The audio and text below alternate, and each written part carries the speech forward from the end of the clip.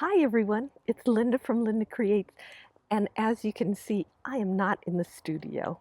We are off camping again. You could kind of see the trees behind me. Um, so I thought I'd find a quiet little shady spot. We're having a heat wave actually here in Southern California. So it's a wonderful day to be sitting outside and stitching. So I am working on my Raven, and I'm doing some background stitching. So let me show you what I'm doing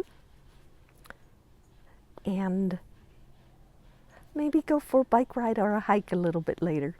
So let's get started. I did a little bit on the beak. I'm just going to raise that up a little bit. And now do some running stitches. I brought a lot of neutral colored threads in different thicknesses. I'm using DMC Pearl Cotton size 8 in ecru. And that means also like sounds weird. I'm sitting here, my back is to the trees. I just heard some rustling in the trees. So if I suddenly disappear, you'll know something got me. When I'm done doing some stitching, I'll turn the camera around so you could see what I'm looking or see what's actually it's prettier what's behind me. And I have to say, it's a little awkward for me to be stitching out here. Just heard movement again behind me, but I notice it's a bird, I hope. I want to secure the linen down. I'm going to start by doing some running stitches vertically here, maybe up to this fabric, but I want to secure this down loosely. Rather than just a lot of straight stitching, maybe I'll do a few decorative stitches without taking too much away from my raven. There are ravens up here, by the way, too. Okay, I'm going to do some stitching, but let me lift the camera up so you can see the view in front of me. Hold on.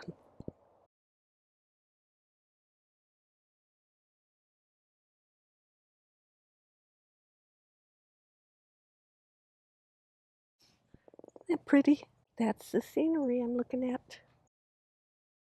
So just doing running stitches or canthus stitches, and I'm trying to do it very subtle. Again, I don't want to take away from my raven, but I want to add some background and to hold the fabric in place.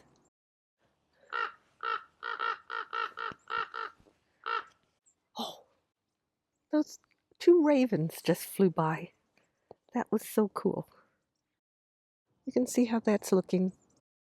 So just as a little side note, while I was sitting here stitching earlier, my boyfriend went for a bike ride. And shortly after he left, he came back. I guess he had a close encounter with the bear. He was riding along a path. The bear came out of the bushes. They both startled each other, and not too thrilled about that. I like this color against this taupe. I also like having this end, having kind of random lengths here. I really like this slow stitching. So this is a start of attaching the background. I don't necessarily want to do a lot of any one particular stitch, but that's kind of a nice way to start. Let me find where I'm going to stitch next. So I decided to do some horizontal stitching across the top here and come up next to the beak. I hear the ravens up in the trees above me again. Again, doing running stitches. I think the ravens, I think I see one still up there.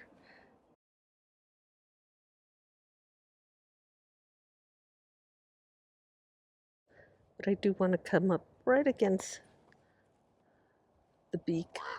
Oh, there's the raven.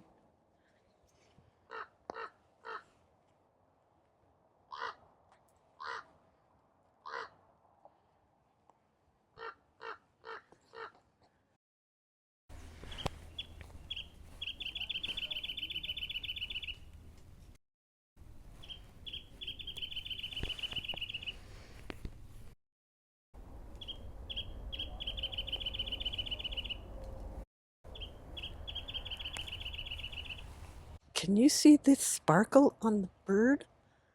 Oh my gosh. And his eye. I love how that turned out. Oh. But I hear them calling out. So this morning, while I was walking my dog and meeting up with my ravens, I started studying their feet. They tend to be a little thicker here, but then they have claws. They kind of curve around. Oh, and sorry, there's another toe in the back. So if you really study a raven's claws, you could see where they're descended from dinosaurs. Some kind of raptor in their history, because their feet look pretty scary. Their claws are nasty looking. I've never touched one or had one touch me, so I don't know. I can't say that they are actually painful, but I don't think I'd want to meet one that was angry at me. I started doing a little bit of slow stitching here, canthus stitching, and let me pull back just a little bit. But what I want to do some stitching to highlight the background, and I was going to do it up here, but this is kind of nice and busy right there. I might have to do it here, so I might have to remove this stitching down here, because what I want to do won't work perfectly in this area right here. My raven is officially completed.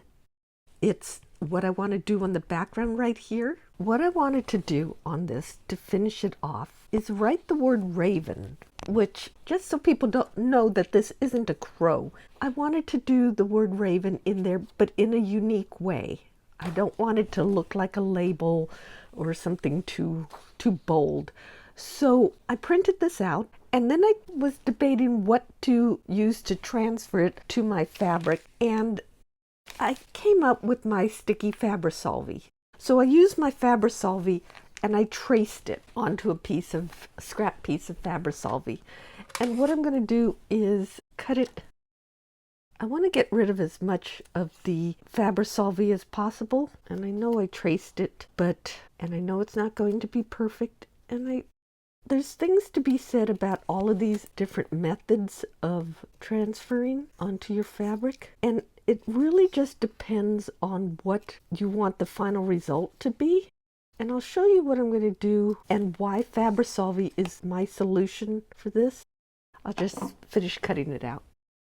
Okay, that wasn't too hard to finish cutting out. I just did the outline, and what I'm going to do is attach it here straight. I know this beige background is off kilter, but there is a reason that I'm doing it this way. And I'm just peeling off the backing, and it will be sticky. So what I want it to be straight is with this type. It is repositionable. I have to step back and see if that's straight. So now I'm going to just press it down, and this is sticky Fabrisolve, so it will dissolve.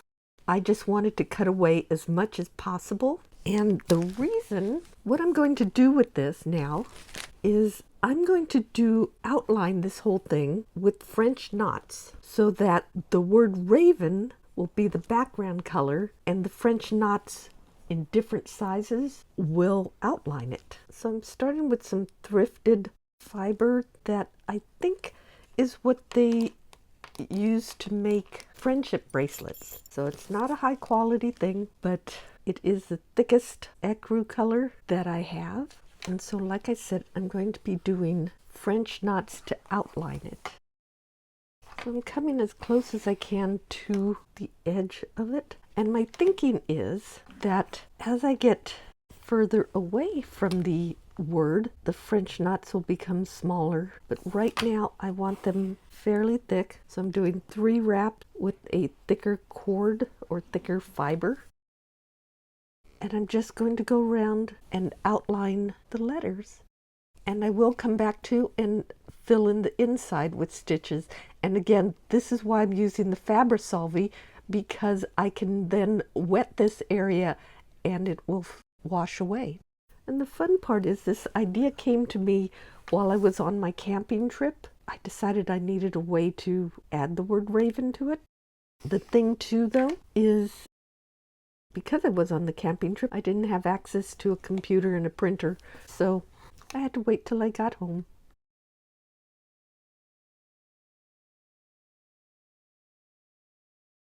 I'm just going to take my time and carefully go around and do the French knots.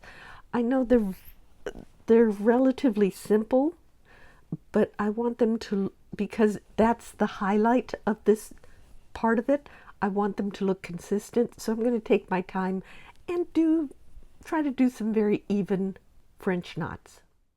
I wanted to show where I'm at. I am putting French knots around those letters, and in the middle of them, I still have the sticky Fabrisolve in the middle here. It's still stuck down. So I've outlined each letter with French knots with the thicker, I think it was 4 wraps on those French knots. And I'm coming back in now with a little bit thinner number 8 ecru pearl cotton. And I'm doing French knots around it, adding more French knots, but I'm making it a little bit looser and smaller. So those were 4 wraps. Originally 3 wraps with the thicker pearl cotton. Now I did a thinner pearl cotton and I did 4 wraps around it, and now I'm still the thinner pearl cotton and I'm doing 3 wraps. So I'm getting smaller and smaller, and I'm also adding more space so it'll slowly dissipate. Is that what I'm trying to say? It'll slowly break up. It won't be a solid edge of French knots around it.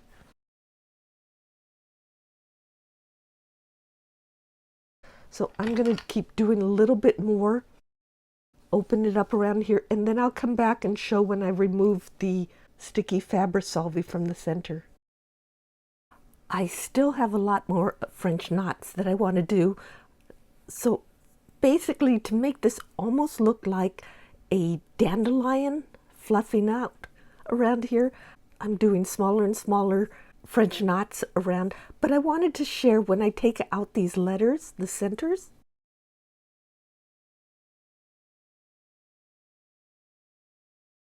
Now let me do it this way, because the center of the R and the A have some Fabrisolve underneath the stitches, but these parts are just the sticky. So as I remove it,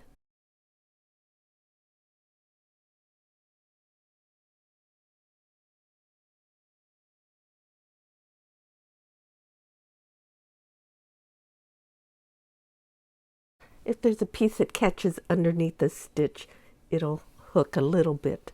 It is dissolvable, so I'll just add water. Oh, that's right, there's some Fabrisolve in between here. So let me go do the V. Again, where it is stuck down, where I stitched over the Fabrisolve is where it's sticking. And I was hoping it would peel away real nicely, but I guess I have to do some water on it. And this isn't a problem, it's just that the center area, here, and in here has some Fabrisolve, and in between here. So it's sticking down basically. I could add a little bit of water and we'll take it, but I wanted to share, you could see how the letter N looks. Oh, here, I could do a little bit of the R. It would have been much more dramatic to have it all lift up by itself, but again, where I stitched it's not going to do that. Let me go get some water and I could lift it off a lot easier. Okay, so I just have some water in a bowl, and I'm just applying it. I'm trying not to do it over the open letter parts, just where I've stitched on top of it. So there, it's dissolving around it, and it will dry.